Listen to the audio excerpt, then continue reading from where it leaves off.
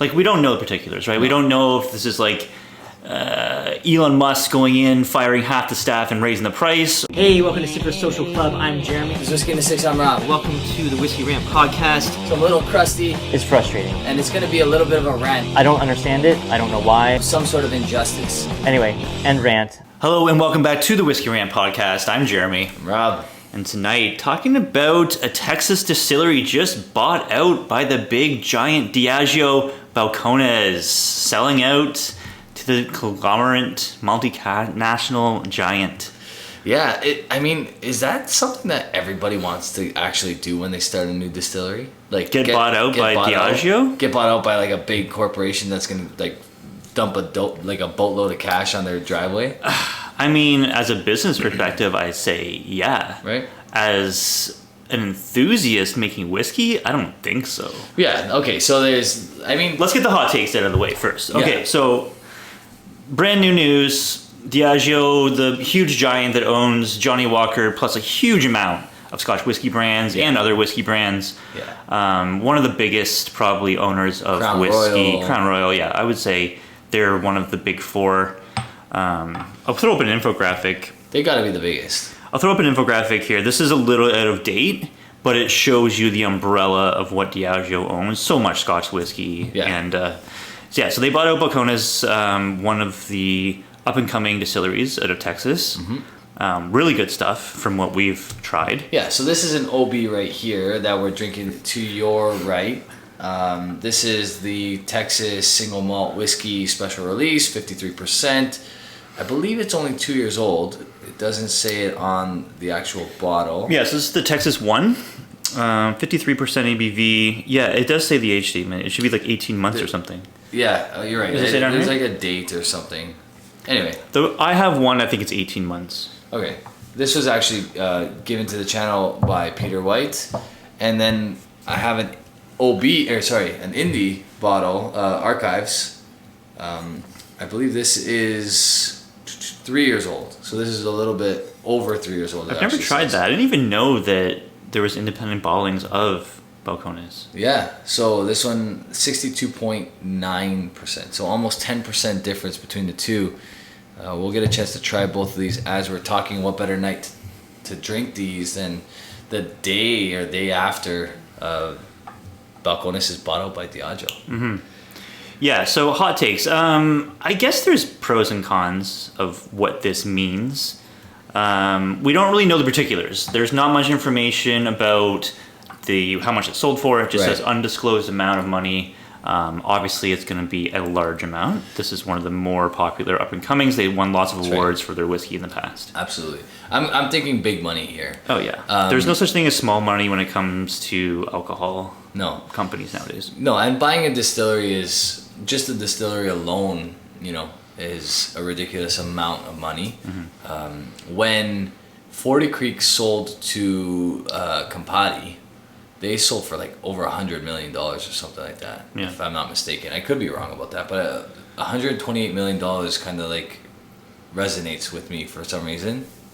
And would you say reputable, like comparable in size as far as volume output's concerned? Well, Campari owns a lot of companies as well. I think they own Appleton, if I'm not mistaken, a few others, but they're nowhere near as big as Diageo. Mm-hmm. I don't think so. I would think that Diageo put big money into this. I'm gonna say it's 200 mil plus. Okay. Yeah, I mean, I wouldn't. Who knows, right? Good on them, man. Like, good on Balcones. They've been doing things really, really well for a long time. Whiskey Tube has been talking about them for a long time as well. Like, everybody in the U.S. talks about Balcones.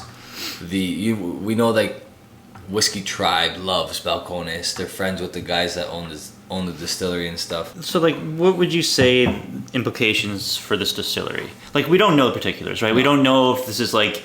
Elon Musk going in, firing half the staff and raising the price, or if this is, let's keep what makes Balcones great. We don't want to change anything, but we want to put our little Diageo distribution handle on it, and now we can pump your product up to where we sell all of our stuff, which might mean that we see this stuff not only in Canada, but Ontario as well. Yeah, I mean, we get everything Diageo sells pretty much. Like, do we not? Like, I'm pretty sure we get everything. So I'm excited about this selfishly because Me too. that means we're going to get a lot more balcones. Yeah. But I'm sure the people of Texas and the people that are like passionate about balcones are not happy about this. No, because you have this like, not so hidden gem producing really, really good whiskey at a very, very young age. And you have no idea the uncertainty of what's going to happen. You know, it's exactly. like Diageo doesn't buy things for passion projects. They buy things to make money. I mean, I will say this about Diageo. In the last few years, especially with like their single malts, they've been doing some cool things, right? Yep. But let's be honest, they're a huge conglomerate. What are they trying to do? They want to make more money. And obviously they see dollar signs when they see balcones, so get ahead of the game and buy them when they're still relatively affordable, I guess, for them. I mean, what's happened when big companies buy distilleries? Like, look what happened with GlenAllachie, right? Like, what's happened with them? We went through this whole thing, or like, are they going to start to chill filter their whiskey and put it into new markets? Are they going to, water stuff down? The cask selections, it's like, it's not about making the best blend, it's about making the best blend that we can sell the most of. Yeah, and that's... GlenAllachie is a great example because, like you just said, they removed the unchill filtration wording on the bottle. I don't know, is natural color still on the bottle? Yeah, there's this whole thing about what was really happening there, and I feel like they haven't necessarily even stopped or started chill filtering yet. No, and I don't think they will, but I think the whole reasoning for them taking that off is in case they have to, right? Like in case demand gets too high, they got to start like appealing to the... I don't know what the reason... I guess maybe it is to appeal to the Asian market a little bit more. Yeah. Right? What could... I guess the only thing I could see happening with Diageo and Balcones as far as like, how do you essentially make this a more like market friendly whiskey while you bring it down to 40% or 46%, right? You lower the ABV, you increase the amount of bottles you're getting out, therefore making more money. Yeah, I mean, we can throw out a bunch of hypothetical, scenarios of what could possibly happen. We could see a new line of Balcones come out, something that's more mass-produced, something that's more palatable to the average whiskey drinker, something lower ABV. That could definitely happen. Not necessarily it's going to be a bad whiskey, but something that's further reaching, something that's more, palatable. Like this stuff, this is great. I absolutely love this. This is the single malt, right? This is the OB, yeah. It's really good. At 53, is it hot? I wouldn't say it's hot. It's like, you can tell it's a good ABV, but it's not like, hard to drink. For something coming in at under 2 years old to be like, that's insane. That this is this age, and I think that's what a lot of people were so shocked about. Not just this distillery, but Texas whiskey in general, is how good their spirit was coming out of the casks at a super young age. I think, I think you just actually maybe unintentionally nailed it. When Diageo looks at this company, they're like, these guys are pumping out great whiskey at 18 months. And so you're telling me if we ramp up production, we can every year and a half have a great whiskey and just continue to bang out whiskey after whiskey and literally supply the entire world if we ramp up production? Done, sold. We'll buy it, whatever it is, right? Like, and they probably, that's exactly what, what other company in the world are you getting as quick a turnover, unless it's tequila? I agree. Yeah. Right? With whiskey, like, you're making whiskey that's really, really good in less than 2 years. Yeah. It's unheard of. It's unheard of. And it's so profitable because of that, right? Like, if you're able to ramp up production and double, triple, quadruple production, that's just money in your pocket, because the whiskey's not going to age any differently. As long as you keep the same recipe, you keep the same kind of format going. Yeah. You know what I mean? That's the thing. And like, I'm sure a lot of our listeners will have a hot take on this too, and maybe even have some insightful information of what they think could happen.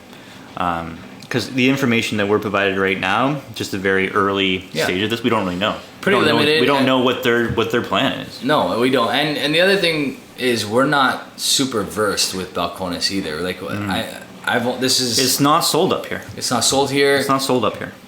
These two are 2 of 4 balcones I've ever tried in my life. You know what I mean? Like, I've only ever tried 2 other balcones other than these 2. So I've liked everything I've tried from them, but I don't know a whole lot about their distillate or anything else. I mean, best case scenario of this acquisition is we get more great balcones, more widely available in different markets, and the outreach is there while keeping quality the same.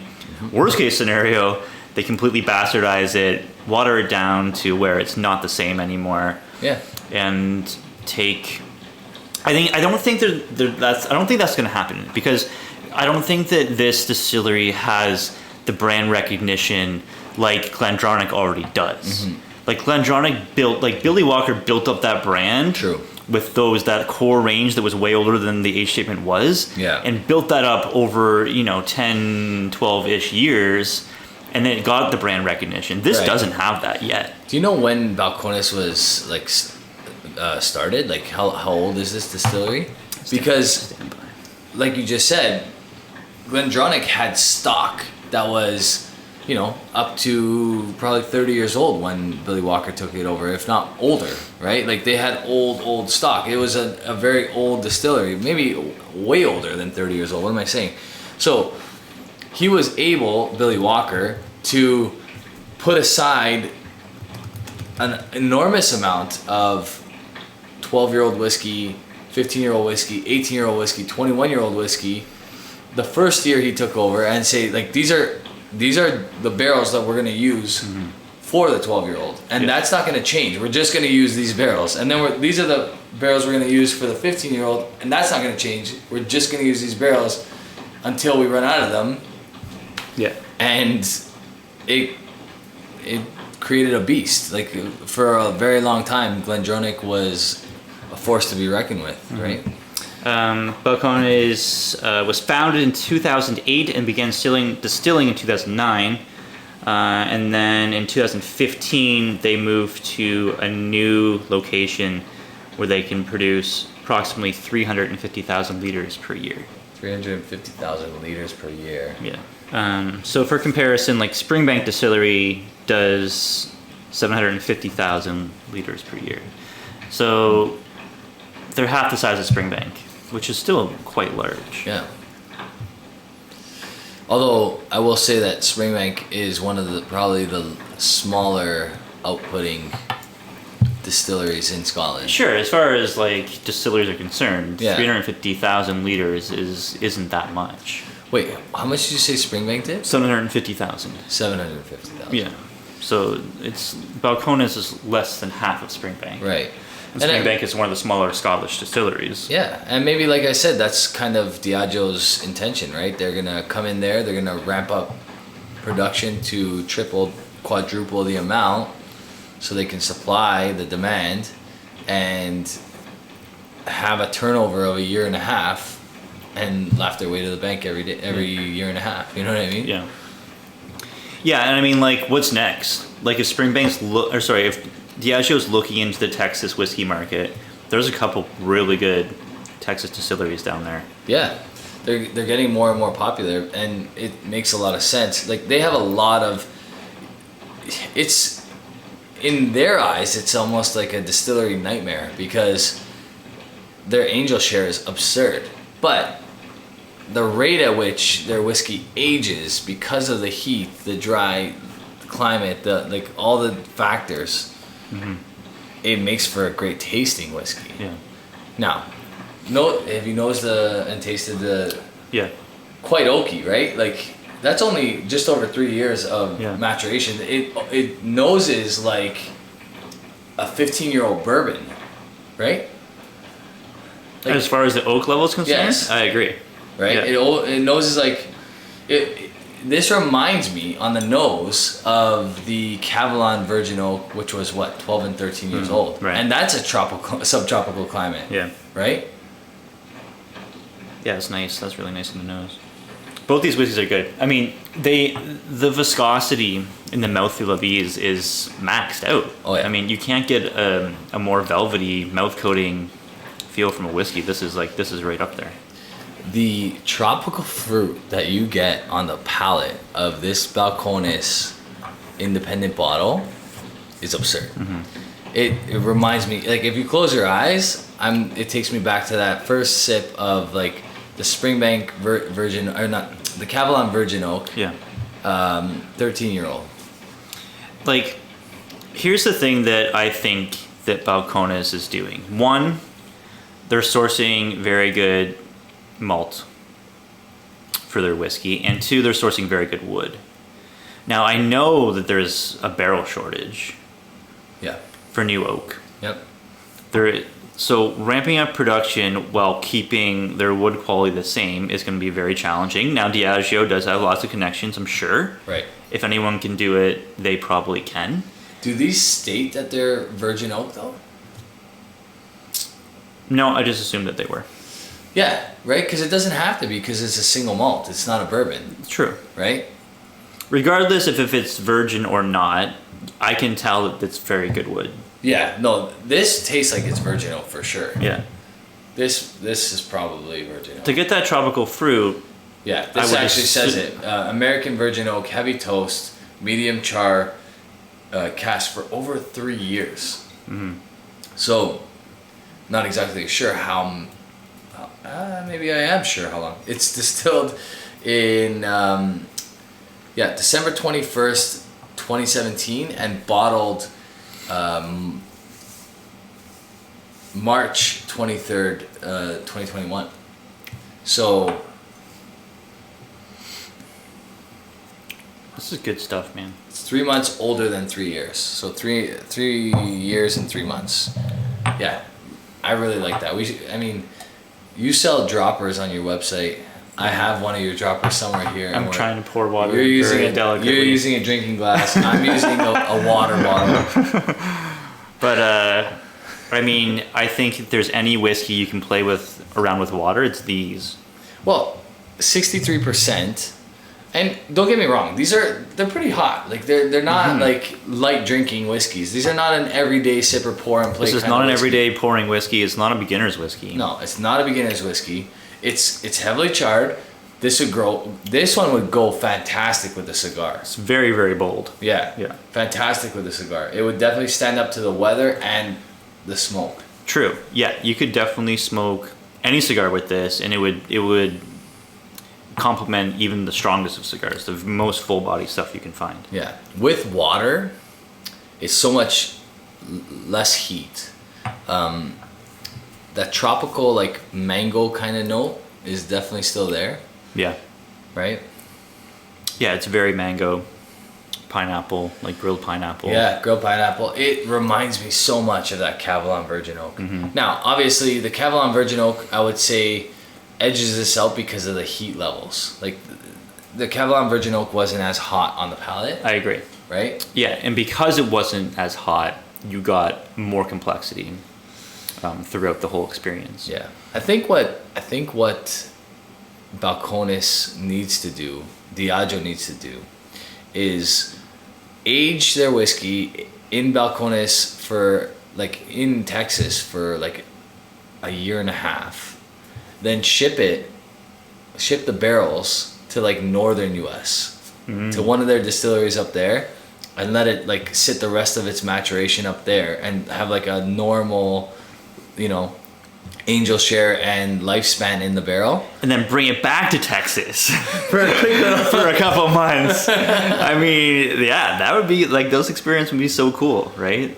That I would wonder, because like, you have a cask from, like, breathing so much to, like, being so tight. Yeah, I think that would really benefit this whiskey, because Texas, and I've heard you can't long age stuff like this in Texas. I feel like it would. You'll lose it. It's wouldn't dust. work out, right? It's dust after like 5 years. Yeah. And I've heard Daniel from Whiskey Tribe complain about that a few times. Like they have a tough time finding the right balance. They almost like have to seek out very tired casks in order for them not to get that wood interaction and that angel share, right? Yeah. So and that heavy oak, right? I mean, after 3 years, like I said, that's like a 15 to 18-year-old bourbon as far as oak levels. You're right. Yeah, and I mean, like, you probably can't put this thing, like, 10 years old, good luck. Like, no chance. No. Right? So, like, you're missing out on that, like, what makes Scotch whiskey so good is that long, slow maturation in a cask with, like, what just refines it so nicely. This stuff, it's never going to be that, like, that refined flavor. It's going to be more bold and intense. Yeah. But delicious in its own right. Yeah. Like, with water, that's very good whiskey. Yeah. You know what I mean? Very and just over 3 years. Yeah. So I'm not like, this is the thing, is like Diageo did their homework. They're not stupid. The distilleries that they own, Scotch alone, which one don't you like? Like, do you dislike any of those distilleries? Like, would you, you know, I wouldn't balk at any of those distilleries if I walked into them and like did a barrel pull out of them. They're all fantastic. You know what I mean? Like, there's maybe a couple that I'm not a big fan of their core range whiskeys, but like every year when they put out the special release, all of those whiskeys are fantastic for the most part. You know what I mean? Or at least above average. Crown Royal could be doing a lot more with that. I think that's one of their biggest misses. I think they don't realize what they have in Crown Royal, and I think it's probably because they make far too much money with Crown Royal because it's on every bar across the entire planet. It's like a well-oiled machine, right? It's just like that distillery's been going on making the exact same thing really forever, with a few little outliers here and there, but like for the most part, it just, you know, produces the nice little velvet bag whiskeys. Yeah. Over and over and over again. There was a time where they were pumping out some pretty cool things, and it slowed down. And I really hope that, I think, like, why doesn't Diageo throw non-Scotch whiskeys into this cask strength special release every year? Do that with Crown Royal. Do that with Balcones. Do that with some of the other stuff that they own. You know, I think that would be really cool. Yeah, exactly, right? Expand that special release just from your Scotch to other things too. Start with Crown. They have no idea. If they put out 3 special release Crowns a year, cask strength, those would do so well and people have no idea. Like, the quality of whiskey in Crown Royal that's not being properly managed is a travesty. It really is, because we know that there's good whiskey in that warehouse, but like it never gets showcased, or if it does get showcased, it's not presented the right way. You know, it's taken down to an ABV that's, you know, too watery, or it's put in a market where we can't even buy it. But yeah, I mean, this could be the beginning of something huge. I think so. For them, you know. I think this was a smart purchase. I think it was well calculated. I don't think these guys make mistakes. They have too many intelligent people at the helm, but I do wish they would do something better with Crown Royal. Yeah. I think they can be a little smarter with that distillery. But that being said, this is a great distillery. Yeah. What would you give that first one here? I might have scored one of these before. Have you? Yeah. I've never scored this. And I would say it's like 87, 88 for me. Maybe 88. Yeah. It's definitely a recommended buy, 100%. Yeah, so I found that this wasn't very hot at all. Yeah. I would say that this, I think I'm right there with you, 87-ish, right? For the OB. I really like this. I think this is delicious. With water, it's fantastic. Yeah. It does need water, though. I think they both need a little bit of water. A little bit of water will help both. The OB, so just kind of like a measure of what Balcones can do at 3 years old, I'm going to say that that's probably like an 88 for me, maybe even an 89, right, with water. Yeah. Yeah. Yeah, very good. And like just mind blowing how young they are and how much bold flavors, complexity, Yeah. enjoyment factor as a whole. And like it's not harsh whiskey. It's No, bold, it's for bold. sure, but it's not harsh. No. And it's okay to be hot or whatever, like you when you're cask strength, because you can add water. When you're 46 and you're hot, that's not cool, because how much water can you possibly add to this whiskey now? You know what I mean? Yeah. So the viscosity is going to still be there. The ABV is going to still be there. You add a little bit of water. Like, what do you bring it down? 5%? Who knows? Like, I don't know exactly. I'm not going to try to guess, but Yeah. really good. Yeah, really good. I think it was the right choice. I think they made a really smart decision. Diageo, anyway. I don't know. I mean, I'm sure Balcones made a smart decision too, because they probably walked away like bandits. Made some good money. Yes, I'm sure they did. And hopefully, the people of this distillery get to keep doing what they want to do.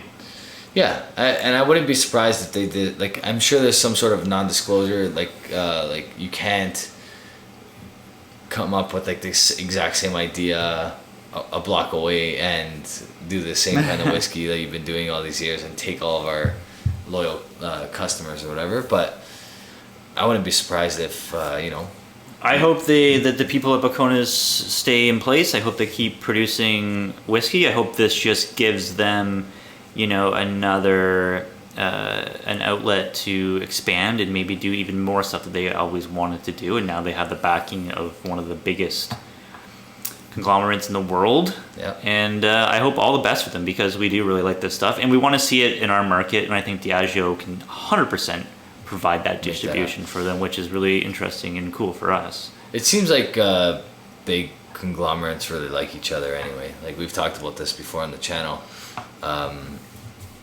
LCBO and Diageo get along very nicely. It's one of the benefits of the LCBO, one of the only good things. One of the only good things is that we get Diageo products at a better price than most places, Yeah, right? Because like, for the most part. yeah, well, better than the rest of Canada. Because Alberta charges a lot more for the Diageo Like the special releases than Yeah. we do, Yeah. right? So that's interesting to me. Well, that's because of the LCBO pricing model, I think, right? They don't like jack up prices because of demand. Mm-hmm. They don't like, oh, this whiskey's popular. Let's charge an extra $20 for it. Right? No, they don't do that. No. They don't even know what's popular, No. so they couldn't do it if they wanted to. They take random bottles that aren't popular, and be like, we should charge more for this. No one's buying it, jack the price. Are we bringing back the... Oh, let's bring back the LCBO ticker. What's it going up to this time? Can we start it over? Can we start today at like -1? -1? Well, how's it work? That's good. That's good? That's okay, good for them. +1 then. Okay. +1 for stupid prices. Okay, it's back. It's back. LCBO ticker is back. The LCBO ticker is back. We should start at the rate that prices are increasing globally. We need to start like a global price of whiskey ticker soon. Yeah. Right? Someone told me the other day in one of the comments, he's like, I don't know where you're getting Springbank 15 at $150 or less. He's like, over here in the US, we're paying like $2.20 a bottle retail. I'm like, what is happening right now? Like, that's not what Springbank is charging these stores to, like, Yeah. you know? Yeah, a guy actually commented on my Springbank 17 Madeira and was like, yeah, I bought this for 170 and now I see it for 800. Yeah, it's absurd. I'm like, yeah. That bottle's gone up to like, Way I she think goes. 900 and something dollars. Yeah. Yeah, way she goes. Yeah. Springbank's stupid. We should talk about the online Scotch Whisky Awards, because by the Yes. time this comes out, It will already have happened. it would have happened. It's happened on Saturday, I believe, right? Saturday night, it happened. Maybe we'll do what we did last year and see if we can collect as many of the nominees for Whiskey of the Year as we can and try them out and see if we agree with whatever got voted as number one. Yeah. It's always a good show. That'd be cool. I mean, it's getting hard to buy whiskey these days. I don't know if you're feeling the pinch. I definitely am. Man, I don't know. Like, I can't complain, obviously. You look behind me, I have a a ton to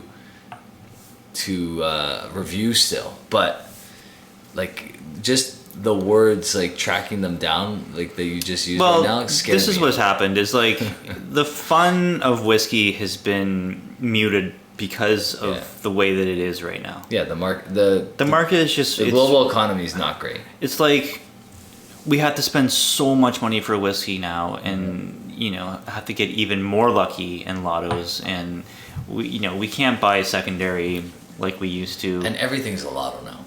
Yeah, and it's like it's just the majority of whiskey, like all the good stuff you can't find, you can't get.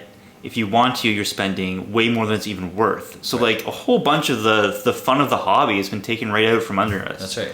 You know? It's unfortunate. Yep. But I don't know, we'll just keep making parody movies. People seem we'll entertain ourselves. We'll entertain ourselves. We'll entertain ourselves. And whoever wants to jump along. We're filmmakers and actors now, so we'll just do that. People love it. Filmmakers, actors, musicians, we'll figure it all out. If you haven't seen our Halloween parody, 100% check it out. We spent so much time. There's a lot of time. So much effort into doing that this year. You spent a lot of time. I honestly, and I've said this before, like I didn't think that this was going to happen. Remember on our cigar chat with Mike and Narby? Yeah. I'm like, I might not be able to do it. Yeah. Because like I wanted to do it the way I saw it in my head, kind of, and I'm like, how am I gonna do these shots? How am I gonna find the locations? How am I gonna get into a freezer? Like, no one's gonna let me go into their freezer. And then it all just kind of came together. Like, you were awesome, Steve was awesome. You guys, we had a small window to get everything done, and we did it. Yeah. The weather that one day on the shoot out in the field was perfect. Yeah, it worked out. So it just worked out. It just worked out, and like, yeah, I put a lot of time into organizing all of that, writing the script, buying equipment for it. I was stressed out, man. I was freaking stressed out. I'm like, I'm not gonna have a Halloween video this year. Like, it's just like, it's not gonna happen. There's no way it's gonna happen. What are we doing next year? That's what I don't know. I don't know, man. It's like a Dawn of gotta the start Dead playing, right? Something like I don't know. Like, the thing about like doing these spoofs is like you have to think about how you're gonna shoot them, who's gonna be in it. Because like before, I've just like, it's been pretty much myself. Yeah. Right, and I've just like played multiple characters or whatever. Yeah. Got my brother to do it or whatever, and you and Steve. But like, yeah, we got to figure it out. I mean, Seven was like one of my favorite movies of all time. Same. I think I would love to do like an American Psycho. That'd be cool. Version of it. I've already like started thinking about some hilarious scenes that I could incorporate into whiskey. You remember the famous? Back and watch that movie. Okay, go back and watch it. You know, like the famous business card scene where they're all showing each other their business cards and they're all essentially identical. Yeah. And like Patrick Bateman just like freaks out because he sees one that's better than his. Do that, but with whiskey coins. It's like, let me see Aquavite's whiskey coin, and you just hold it up, and you're just like, oh my god. So like, those are the things that are going off in my head right now. So like, I would love to do maybe American Psycho at some point in time because I love that movie. It's one of my all-time favorite movies. That'd be really cool. But it's just like, how much more can I make fun of the bourbon junkies on? Like how many times can I make fun of long pouring and flipping bottles in the air and whatever. But yeah, I mean, we have a gold standard of Halloween videos now. Yeah. So yeah, we got to keep pushing it. Keep pushing the envelope more and more and more and more. We can, child actors is a thing. We can like do like Lost Boys or something. Man, I mean, as long as you can incorporate some comedy and some whiskey into a thing, I think people are gonna like it. Absolutely. So, no, honestly, you do a great job with those every year. So this year, I think definitely set the bar though. Oh, man, it was very ambitious.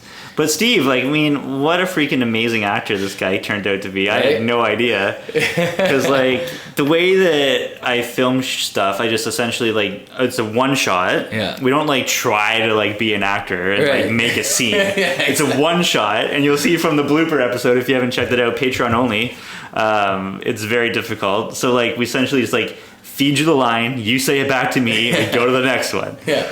But this guy's freaking memorizing his lines. He's like, oh yeah, I recorded myself saying it, and then I listened back to it so I could. I'm like, whoa, dude, you're like method right now. This is crazy. Yeah, no, Steve. Well, he took like acting lessons in school or something. I mean, it showed. He had a huge performance, and like, yeah, he had all the monologues, right? Like, he had the most difficult lines, and he crushed it. Absolutely crushed it. If you guys are wondering who we're talking about 6 Gin and Rock and Roll Monty. That guy doesn't do anything half-assed. He does everything full tilt, like, you know, full crank. Yeah. That's just his way. And like, the music that you guys are making together is amazing, and we should link it down to it in this as well. You know, so if you haven't checked that out, you should check it out. It's been fun. It's been fun. I don't know. I mean, I like it, but obviously there's a bias there. I like it because it's like that genre of music that I like grew up listening to. It sounds like it's like old school alternative grunge kind of like. That's the goal. You know, like Tea Party, like that band came to mind when I heard that one song. I'm like, yeah, and you guys are killing it. This is great. It's really, you know, really good. That's exactly what the intention was when we started. We want to kind of relive that music that we loved growing up.